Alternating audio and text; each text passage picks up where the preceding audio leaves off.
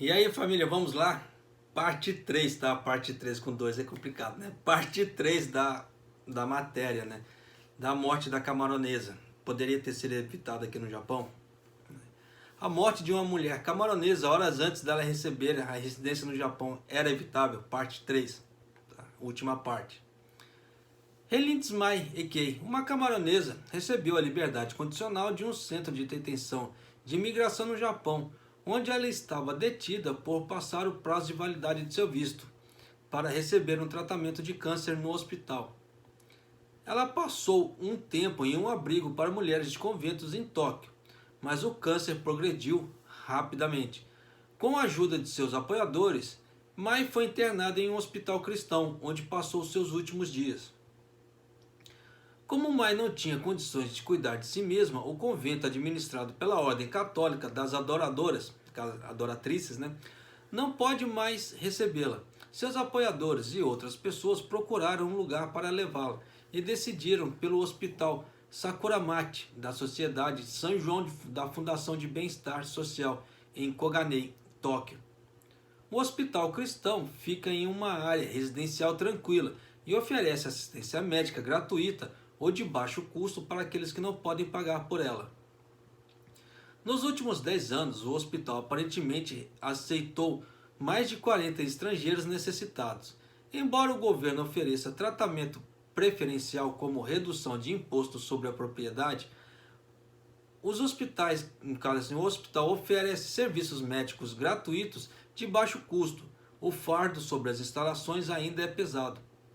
E o Kiko Saito, uma assistente social médica de 44 anos e chefe do escritório de coordenação médica comunitária do Hospital Sakuramati, disse: mesmo sendo um fardo, é nossa missão aceitar esses pacientes.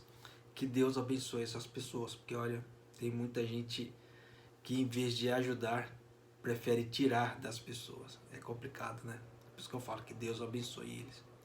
Depois que Mai foi internada, o hospital consultou a prefeitura local de Koganei sobre assistência pública, mas eles se recusaram, dizendo: os estrangeiros não podem obter isso se não tiverem o status de residente, caso assim, tiver com visto legal, infelizmente.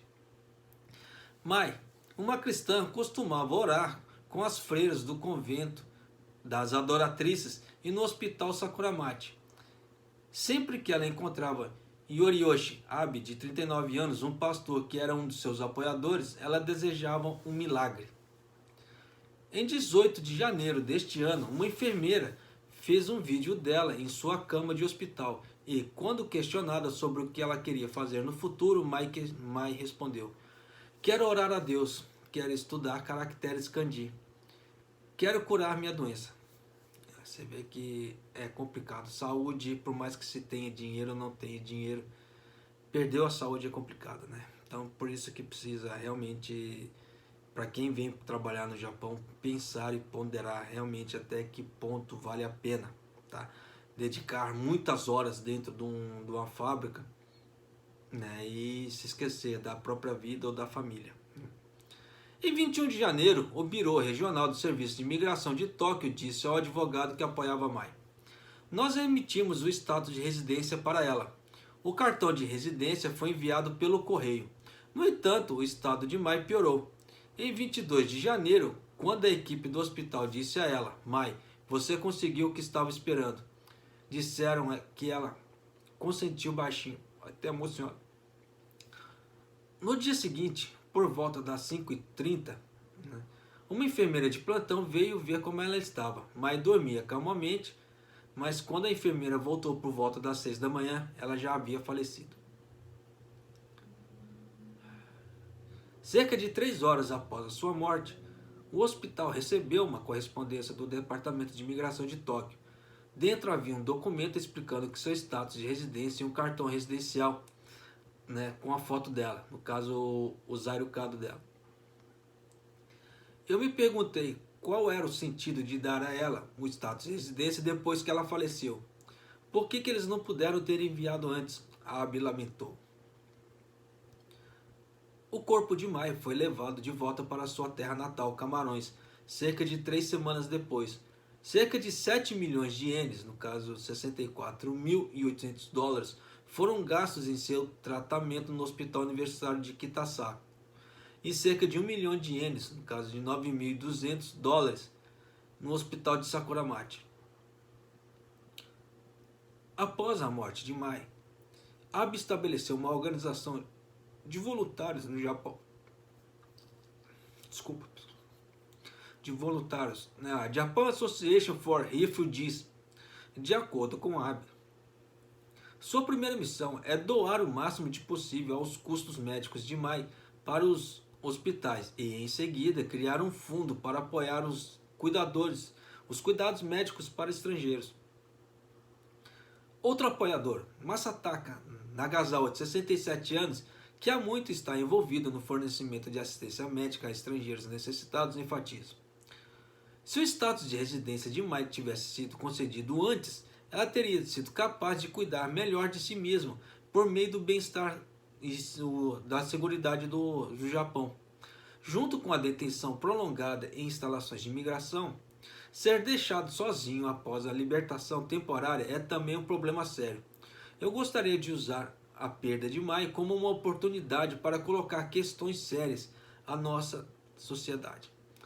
Eu acabo me emocionando um pouco, tá? Porque pra gente que já vem pro Japão há muito tempo, nós passamos por muita coisa aqui, tá? Nós passamos por muita discriminação, passamos por uma série de situações, tá? Aqui.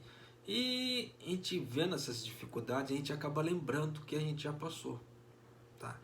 Para muitas pessoas pode pensar assim: ah, isso não é nada não, isso é só drama dele aí que tá fazendo aí.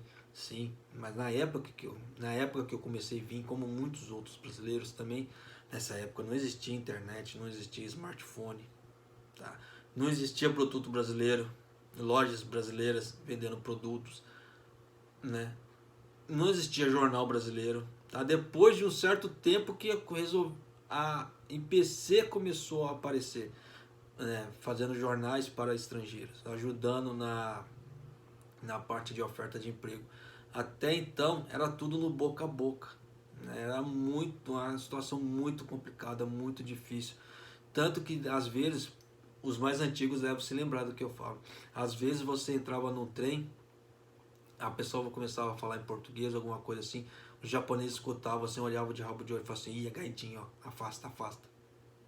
É complicado. Hoje em dia as pessoas que vêm pra cá pro Japão, ixi, mamão com açúcar, não sabe isso aqui, ó, do que nós passamos já no início na era Dekasegi aqui no Japão.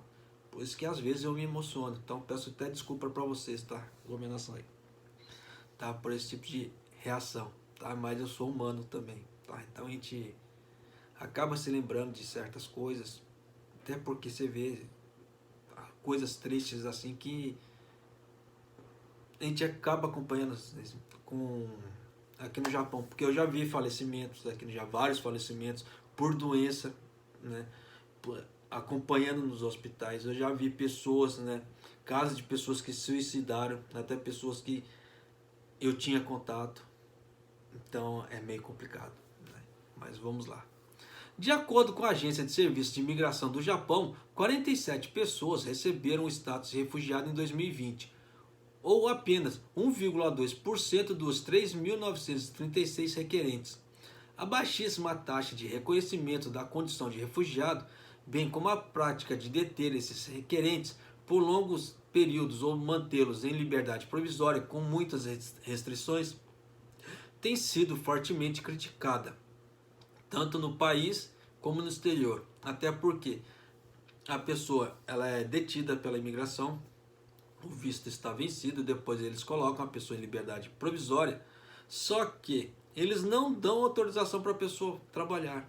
Então ela não consegue arrumar emprego. Então o que ela vai fazer? Só pega e joga a pessoa na rua. Tá, se vira. Tá, mas se vira como? Se não tem dinheiro, não tem visto, não consegue trabalhar, não consegue arrumar emprego. Então tem situações no Japão que é complicada. Tá? Então, por isso que eu falo. Pense, pondere, porque nem tudo é mar de rosas aqui. O projeto de lei para revisar a Lei de Controle de Imigração e Reconhecimento de Refugiados, submetida à atual sessão da Dieta, inclui um sistema de medidas de supervisão que que permite que os requerentes de refugiados vivam fora dos centros de detenção, mas ainda existem muitas restrições e apoio insuficiente, e é questionável se isso levará a uma melhoria da situação. Até porque também o Japão vive falando, né? Ah, estamos com falta de mão de obra, estamos com falta de mão de obra. Tem muitas pessoas que entram com status de refugiado pedindo para ser acolhida pelo Japão. E por que não dá o status de refugiado para essas pessoas poderem trabalhar no Japão?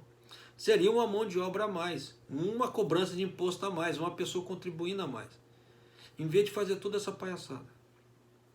Meu pensamento, tá?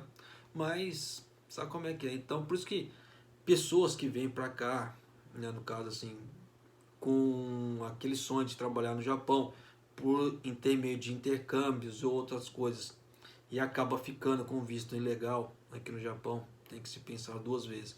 Eu falo isso por quê? Porque acontece. Tem muitos casos de pessoas intercambistas que vêm para cá e acabam, né, ficando depois que o visto expira.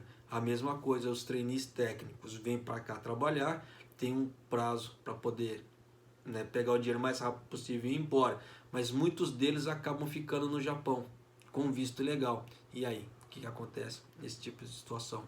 Foi até o caso da Mai também. Ficou no Japão com visto ilegal, não conseguia trabalho, não conseguia pagar seguro social. Aí nessa brincadeira toda, poderia ter salvo a vida dela, ou poderia ter prolongado um pouco mais a vida dela, mas não conseguiu por falta disso aqui e por causa do visto também. Então precisa se pensar, ponderar muito, tá certo? Mas é isso aí, família. Terminamos a série de 3 matérias falando da morte da camaronesa, se poderia ter sido evitado. E esse tipo de vídeo, ele levanta esses questionamentos: seguridade social, visto, tá? E várias leis. Então tem que se pensar, né, seriamente, de forma ponderada, até que ponto vale a pena ficar ilegal no Japão. Tá certo? Você vê, até porque você vê que esse tipo de situação acontece e muito. Mas é isso aí, família. Um abraço, até o próximo vídeo, até mais.